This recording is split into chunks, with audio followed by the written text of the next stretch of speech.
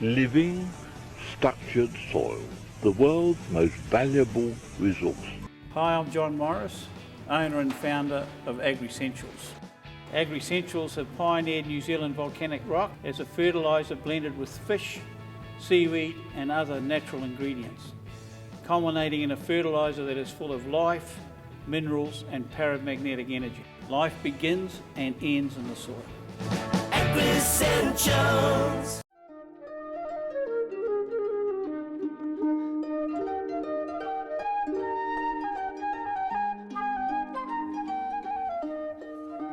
It's interesting to see that we've got a thriving artistic community in Pātea, and there, after the freezing works closed, which was all the driving force behind Puie, a number of initiatives all started up.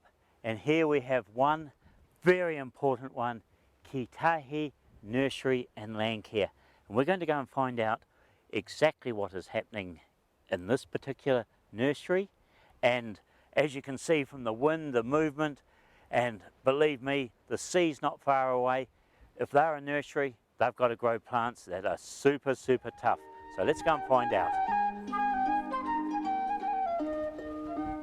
Something that I always think is quite important when you visit a nursery is that there is some semblance of garden and approach to the nursery that says this is a nursery that is growing real plants and actually takes care with the gardens as well. And here we have a beautiful, very hardy native planting. And here we have the ringa-ringas coming up to the tāpata. Now this has got to be one of the hardiest plants for growing on the coast. Shiny, waxy leaves that really handle whatever you throw at them, and a real iconic feature of New Zealand beaches. And then there's the different flaxes, the waiariki, with its straight up and down seed heads, and of course a row of cabbage trees. And you can't go far wrong with a place that has a row of cabbage trees.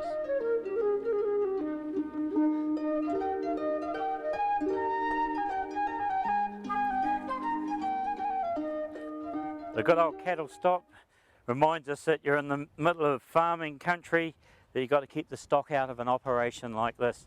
But we're going to catch up with Darren, the manager here, find out more about Kii Tahi, what it means and how it has been set up. Here are there, Darren, how's it going? How are you? Not good. What an amazing place you've got here. You know, you're growing a nursery in spite of wind from just about every direction. Yeah, that's a good point you got there. It is very windy up here. That's the first thing people take notice of. But yes, the plants are designed to go into the Taranaki farm, so this is the weather that they should be grown in. Yes. So tell me about Kii Tahi Nursery and Land Care. What is its basis? Kii Tahi was originally set up in 2003 or 4 under the Te Puni Kōkiri, and was a business owned by the Ngāroru Kii Tahi iwi, which is the furthest south for Taranaki iwi. And its main emphasis was around creating employment for the local people. And we've found a niche with the riparian market. So we've been in the riparian market for about 13 years, growing, and the land care part is we go out there and we plant around the Taranaki farms as well. Yeah. And I imagine people coming to the nursery here, they hit this wind, they know that the sea's just over behind us, and then another few k's and you're at Antarctica.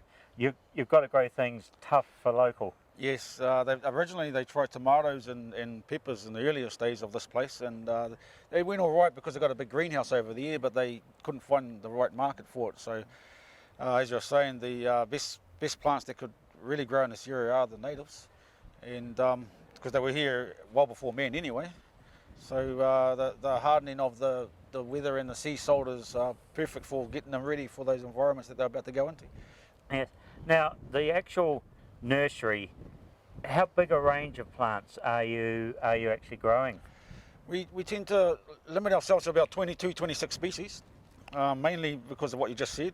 These are the really rough conditions up here, so we've found for this environment that these 26 species are the best for us, and we're probably going to start to narrow them down to a smaller range that the farmers tend to grow better on their land. So some plants don't grow as well as others, and it's taken us quite a few years to find that out, and that's our aim in the future, is to try and limit ourselves to the ones that grow really well up here and then grow really well on the farms. Now, sourcing the plants, because one of the big buzzwords within the nursery industry is eco-source. Eco-sourcing, yeah. Yeah.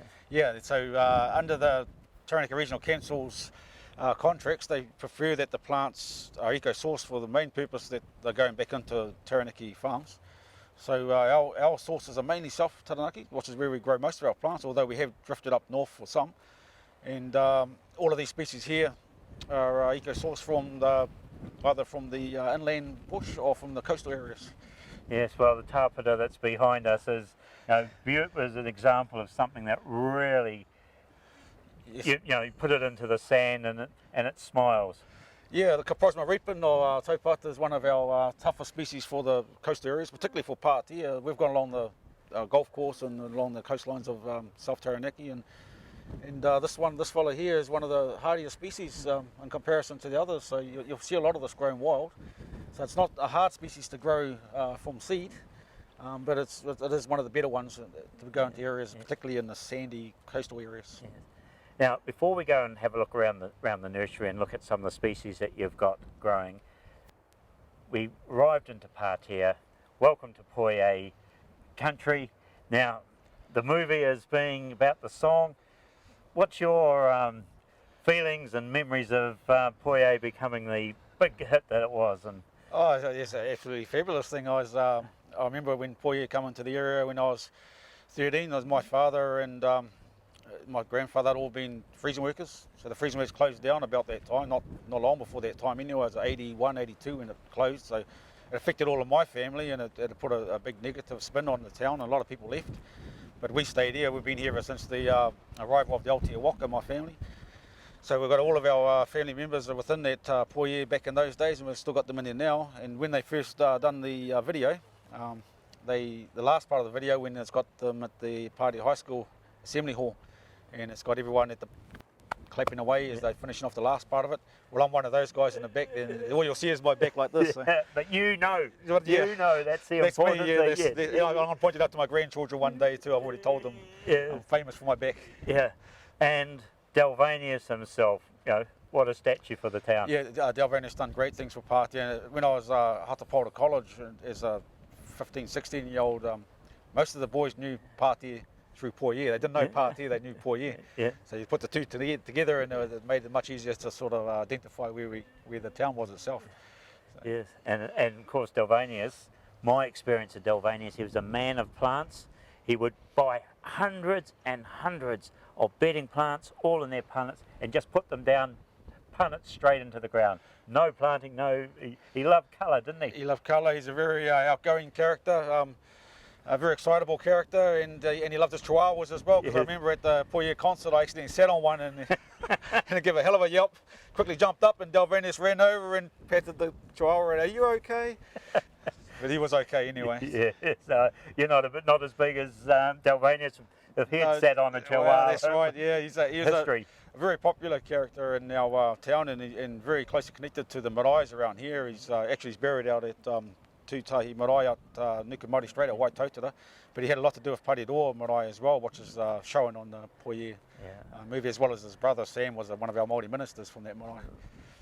Brilliant. Well, we better start and have a look. And I see a bed over here and full of karu. Can we go have a look at those ones?